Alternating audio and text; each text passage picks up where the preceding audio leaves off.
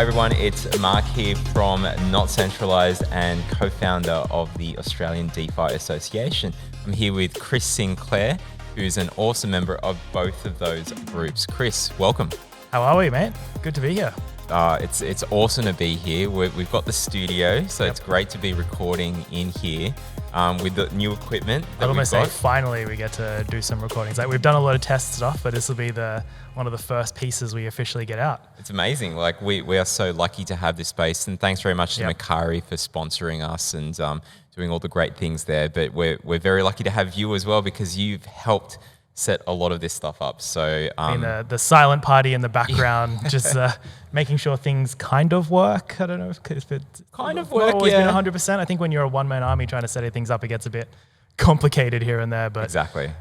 We've made it work. It's been pretty good. We've done well. I think so. I think so. I agree. But what we're going to talk about today is an area that is your specialty, Yes. which is all about CX. Yep. Right. So customer experience. Could you tell us a little bit? So for people that don't know about CX, I mean, okay, great customer experience, but really to you, what does it mean? Excellent question. Customer experience, it's definitely something that's been around for a while, and a lot of people, when they do hear it, they give the old eye roll, like, oh yeah, customer experience, whatever. It's just a thing there. Surely I consider my customers. But I guess what it actually means is, yes, you have the experience side of things, where it's all about making sure that your customers, who could be anything from the people inside your business through to the people who you're making dealings with, through to the people who are actually purchasing your products. Right? There's a range of different of types of customers you can look at. But it's all about, one, obviously, what's their experience that they're getting when engaging with your product? Is it meeting their needs? Is it easy for them to use? Are they going through the right touch points that are benefiting their lives when utilizing your product? And then I guess one of the biggest contributing or biggest things that I now explore in the customer experiences space is, okay, you've got the business, they're trying to be more customer centric, but they tend to be ignoring what's happening on their business side of things. And the best customer experience is customer, business, and that sort of connection that the two have between each other. And that tends to be a lot of the area that I explore as a CX, or mainly in the digital space, but a CX digital expert. Fantastic. And you work for a group called Digital Village. Correct. And you're basically like their CX lead there, and you're doing some amazing things in Web 2, but I think it's really important for Web 3 as well, especially the projects that are doing this kind of stuff. Why do projects kind of need to be mindful of this? Whether they're late or early stage, there's a lot of projects out there at different kind of levels, and they probably haven't even thought about the customer experience side of things. Why is it important that they get into this? Yeah, I mean, thinking about it from the Web 3 point of view, it's a very interesting way of, as an emerging technology space, it's it's very, very new. A lot of businesses are popping up here and there, creating these new Web 3.0, Web 3.0 experiences, new technologies that emerge how we deal with Web 3.0. And as you're entering into a sort of a new market and a new type of technology, you tend to ignore the purpose that you're having these technologies and that the way that you're setting up these products. You get excited about creating the new and beneficial thing, and then you release it to the market and no one uses it. It flops, right? Yeah. Like you see it with all the games that are popping out. You see it with even just web platforms. You see it definitely with even cryptocurrencies, right? Yeah. The purpose behind what it is that it's being put out to the market is completely ignored, because you're not considering the end user of that particular product. You get excited by your idea, and you may have spoken to a few friends who go, "Yeah, cool, man, that's great. You should validate it." They validate it. Some investor who probably doesn't have rich idea of what that space is all about, gives you a bit of money. You go out, you create the product, and then it flops because you haven't considered your customer. You've just gotten too excited about the idea and what it is you're creating, the new technology, and it just flops. So going back to the question, why it's so important to consider the customer experience of those ideals is because you start to shape a product for the end user rather than shaping the product for the idea or shaping the product for your own need and your own excitement. And look, you can still create things for excitement, but the expectation of success obviously drops significantly. Whereas if you're engaged with the people who you expect to be using the product throughout the entire development experience, you're going to have a more successful outcome, right? Whether it's let's go games is a really easy idea, right? You are expecting users to come in to do X, Y, Z in their experience. If I know that my customer is really excited about this specific feature and I've developed that feature for them, they're going to use it, right? They're going to engage with it. They're going to be excited by it. They're connected to it, right? They're connected to it at the same time. And at the same time, if you've considered that feature and how your business delivers that feature and how your business gets excited about that feature, you end up with both sides coming in excited to create something, excited to deliver on it, and the experience is there. I think it's massively important as well, because one of the biggest complaints people have is about the UX and the CX, all encompassing around that end user experience. Yeah, exactly. Is missing. Look at this thing, it looks like it's from Windows 95 or something like that, or it's from the 90s or noughties. It's so true. And it really is, because it's built by engineers, and it's kind of, in some ways, it feels like it's meant to be hard to use, and maybe that's like the barrier of entry. But for this to go mainstream, we can't have that, can we? Yeah, exactly. And if you think about it, even from an engineering perspective, engineers who are designing and developing this stuff, right? They're still doing it for themselves, not for the business and the ecosystem that they're developing. And if you miss that, if you're missing the sort of the culture element of the customer experience, which is your own internal views and how you manage and develop things.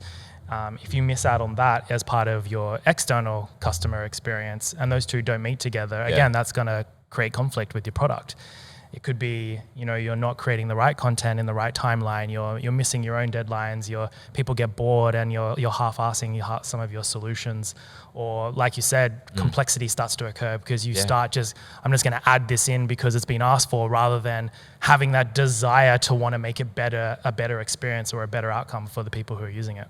What's interesting is that a lot of businesses will have, the very interesting, complex way of doing things, and it's really hard to kind of break it down and make it simple. But can you talk to us about how do you go about, what are some of the things, like, don't give us away the whole kind of playbook, right? It's not what we're about, but what are some of the things that you would do? Is that I've heard you've done a workshop for us, for example, when we were first getting kicked off with all this kind of stuff.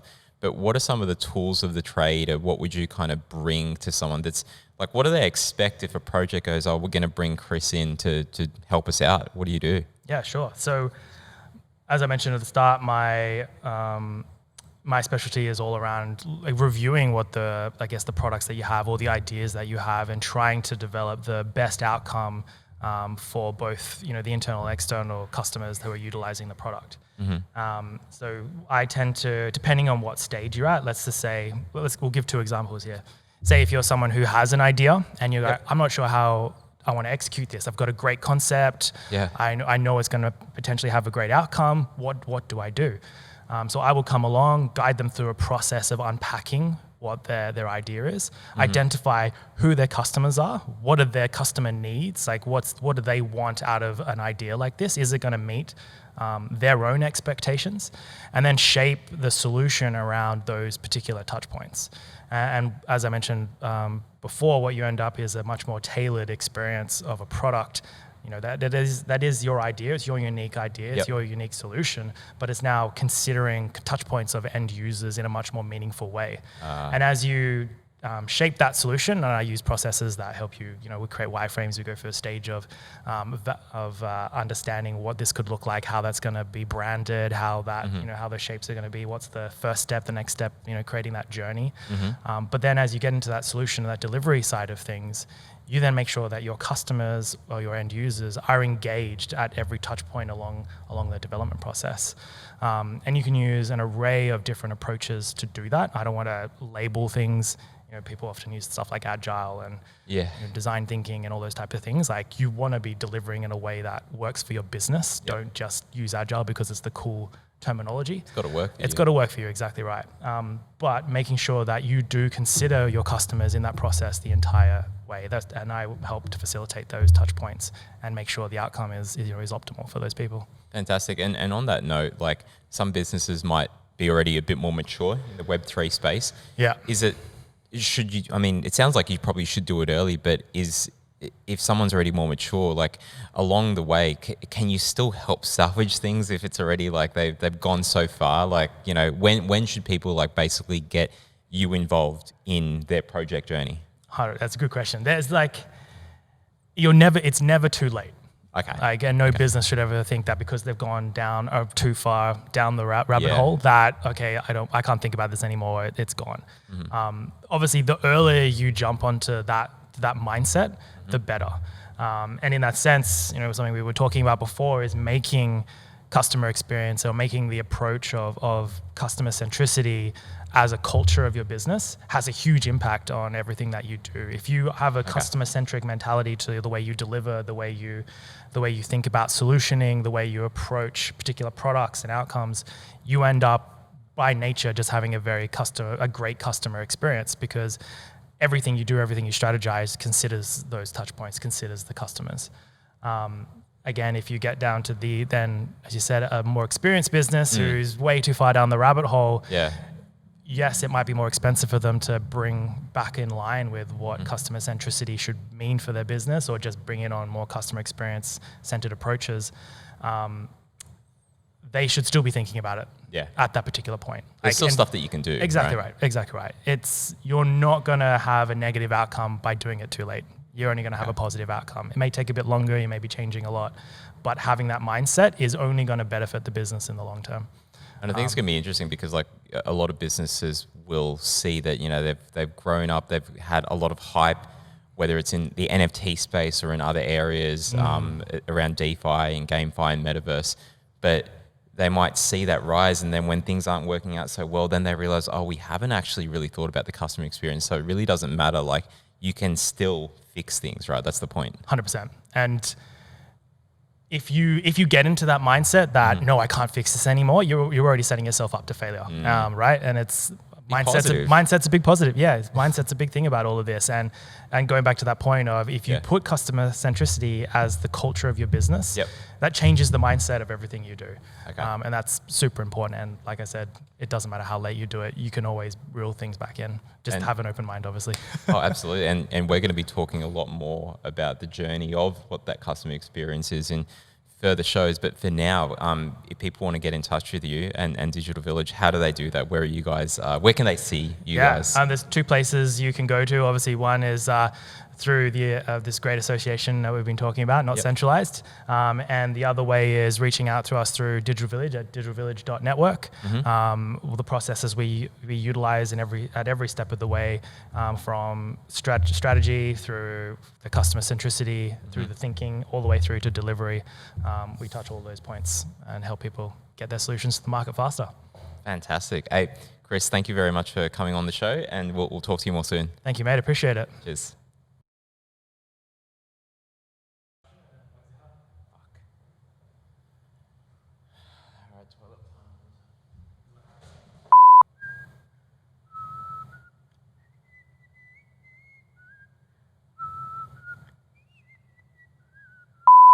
Okay, so we'll do a little intro and stuff. We're good. Let's go, come on, yeah. We're rolling faster. We're rolling faster. We're rolling the wrong direction. We're winkle by. You know how they were like rowers, Olympic rowers. Anyway.